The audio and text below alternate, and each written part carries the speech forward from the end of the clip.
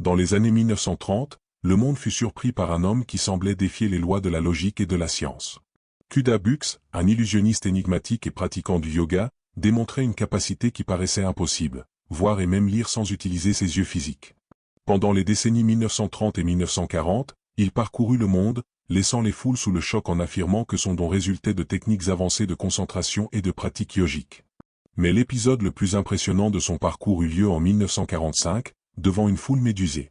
Cette année-là, Kuda Bux réalisa un exploit qui allait devenir légendaire. Il traversa Broadway et Times Square à vélo, la tête entièrement bandée. Le public, incrédule, observait la scène en tentant de trouver une explication rationnelle à ce qu'il voyait. Cette histoire fascinante a récemment refait surface grâce à la sortie d'un court-métrage sur Netflix, inspiré de sa vie. Le film, basé sur l'œuvre de Roald Dahl, présente Kuda Bux sous le nom d'Andad Khan, un maître partageant les secrets de sa vision extraordinaire, acquise grâce aux enseignements du yoga. Mais alors, était-il simplement un illusionniste de génie, ou avait-il réellement réussi à repousser les limites de la perception humaine? Selon Andad Khan, l'esprit humain est constamment dispersé, traitant simultanément des milliers de pensées. Ce que nous voyons, entendons, sentons et pensons crée une confusion mentale qui nous empêche d'accéder à des états de perception élevés. Pour lui, le secret réside dans l'apprentissage du contrôle mental, en s'entraînant à se concentrer sur un seul objet et en bloquant tout le reste. Avec des années de pratique, ce niveau de concentration peut atteindre une profondeur telle qu'il permet d'expérimenter des sensations au-delà des sens communs. Cependant, il prévient, parvenir à cette maîtrise n'est pas une tâche facile. Il faut environ 20 ans de pratique quotidienne et ininterrompue. Kuda Bux lui-même a commencé son entraînement par la méditation, en utilisant une méthode curieuse. Il fixait son regard sur la partie la plus sombre de la flamme d'une bougie, plongeant entièrement dans la contemplation. Après un certain temps, il fermait les yeux et tentait de maintenir l'image mentale de son frère défunt. Au début, l'image disparaissait rapidement, mais après plusieurs mois de pratique, il parvint à la maintenir plus de 3 minutes. C'est alors qu'un phénomène extraordinaire se produisit, il se rendit compte qu'il pouvait voir les yeux fermés. Cette découverte ouvrit la porte à des questionnements plus profonds sur la nature de l'esprit et de la perception. Le film retraçant son parcours explore des concepts intrigants sur le pouvoir de l'attention focalisée. La narration englobe aussi bien les rituels chamaniques ancestraux que les principes de la physique quantique moderne, suggérant que tout autour de nous est énergie et que la clé pour la manipuler réside dans la capacité à maintenir un focus absolu. Ce concept n'est pas nouveau.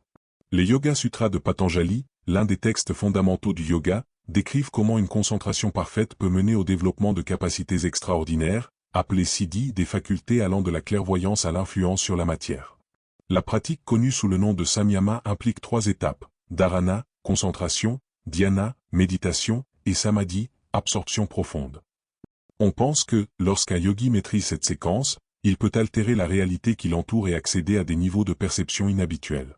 Les siddhis incluent des capacités telles que voir des événements passés, lire dans les pensées, devenir invisible, et même influencer les éléments de la nature.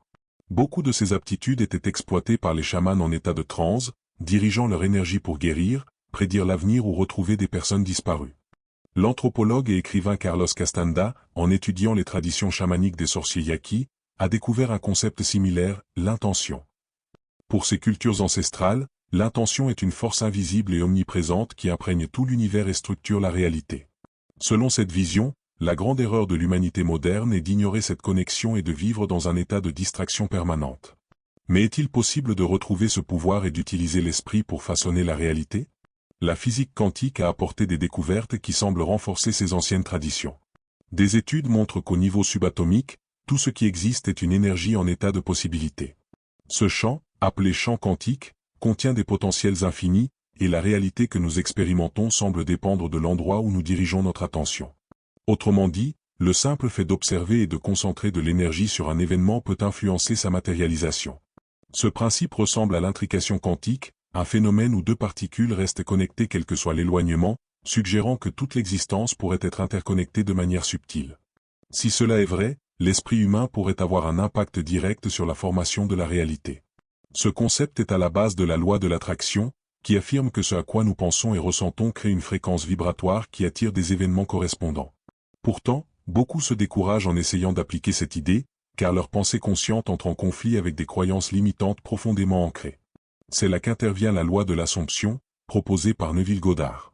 Selon lui, pour manifester quelque chose, il ne suffit pas de le désirer ou il faut assumer l'identité de celui qui possède déjà ce qu'il veut. Agir, ressentir et penser comme si le désir était déjà accompli crée une vibration puissante qui accélère sa matérialisation. Cette perspective rejoint des théories modernes, comme le biocentrisme de Robert Lanza, qui suggère que la conscience n'est pas un produit de l'univers, mais plutôt son origine. Cette idée est renforcée par la théorie de l'univers holographique, qui propose que la réalité pourrait être une projection d'informations stockées sur un autre plan. Tout comme un hologramme tridimensionnel a besoin d'un faisceau de lumière pour être projeté, notre attention fonctionnerait comme ce faisceau, rendant solide certaines probabilités du champ quantique. Les civilisations anciennes reconnaissaient déjà cette force énergétique et avaient développé des méthodes pour la manipuler. Au Japon, on l'appelait Ki, en Chine, Kui, en Inde, Prana, et dans la Grèce antique, Éther. Des pratiques comme le yoga, le tai chi et le Qigong ont été créées pour contrôler cette énergie vitale, qui circule dans le corps à travers les chakras. Lorsque cette énergie circule librement, nous expérimentons bien-être, vitalité et clarté mentale. Et la clé pour cela? L'attention dirigée. Cependant, nous vivons à une époque où notre capacité de concentration est constamment sabotée.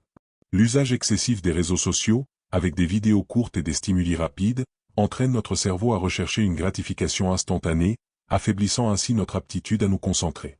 Cette dispersion mentale nous rend plus vulnérables aux influences extérieures et réduit notre capacité à créer intentionnellement la réalité que nous désirons.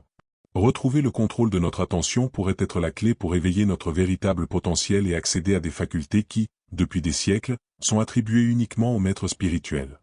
Nous arrivons à la fin de cette vidéo. Si ce message a résonné en vous, partagez-le avec quelqu'un qui pourrait avoir besoin d'un coup de pouce spirituel. N'oubliez pas de liker, de vous abonner à la chaîne et de partager vos propres expériences dans les commentaires. Activez également la cloche pour ne manquer aucune de nos prochaines vidéos. Votre soutien est essentiel pour nous. Merci d'avoir regardé, et à très bientôt dans une nouvelle vidéo.